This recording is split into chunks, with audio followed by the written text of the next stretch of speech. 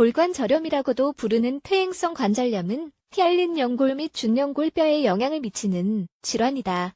퇴행성 관절염의 발병으로 인해 통증, 염증이 생기고 평소처럼 움직이는 게 어려워진다. 연골은 뼈의 끝을 감싸고 있는 조직으로 관절이 제대로 기능하는 데 중요한 역할을 한다. 퇴행성 관절염의 원인 퇴행성 관절염은 미국에서 정말 흔한 질환이다. 약 2,700만 명이 이 질환을 앓고 있으며 이 질환은 무릎, 손, 척추에 나타난다. 그리고 남성보다 여성들에게 더 흔하게 나타나는 경향이 있다. 기대 수명은 점점 더 늘어나고 고령화 사회가 되면서 퇴행성 관절염은 2020년까지 네 번째로 흔한 질환이 될 것으로 전망되었다. 퇴행성 관절염이 생기는 정확한 원인은 아직 밝혀지지 않았지만 보통 다음과 같은 요인과 연관된다. 연령, 퇴행성 관절염은 50세부터 기하급수적으로 증가한다. 성별, 주로 50-55세 이상의 여성들에게 많이 나타난다. 유전, 부모가 이 질환을 갖고 있는 경우에는 이 질환이 생길 위험이 65%까지 증가한다. 1. 특정 관절을 반복적으로 사용하는 일을 오랫동안 한 경우 퇴행성 관절염이 생기기 쉽다. 극단적인 신체 활동, 실제로 운동선수는 이 질환에 걸릴 위험이 높다. 폐경기에는 에스트로겐 수치가 감소되는데 이것도 퇴행성 관절염 발병에 영향을 미친다. 비만은 퇴행성 관절염 주요 발병 원인은 아니지만 특정 관절, 특히 무릎 관절에 영향을 미친다. 부상, 골절 및 부상도 퇴행성 질환의 원인이다.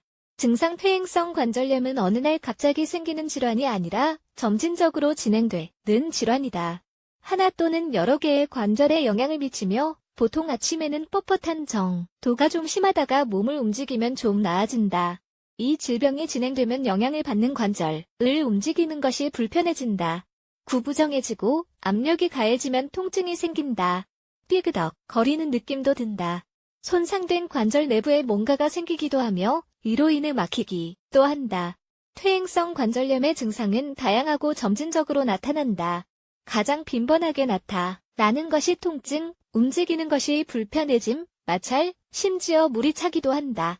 하루 종일 몸을 움직이지 않았을 때 관절 통증과 염증이 생기기도 한다. 그리고 조직이 과도하게 커지면 뼈가 변형된다.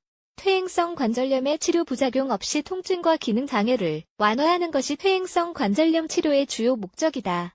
퇴행성 관절염을 치료하는 첫 번째 단계는 관절 손상에 영향을 미치는 것을 피하는 것이다. 그리고 각자 자신에게 맞는 운동 방법을 알고 있어야 한다. 염증으로 인해 통증은 더 심해진다. 이런 경우 아픈 부위의 붓기를 줄이고 통증을 완화하기 위해서 항염증제나 진통제를 복용해야 한다. 병원에 가면 적절한 약을 처방해 줄 것이다.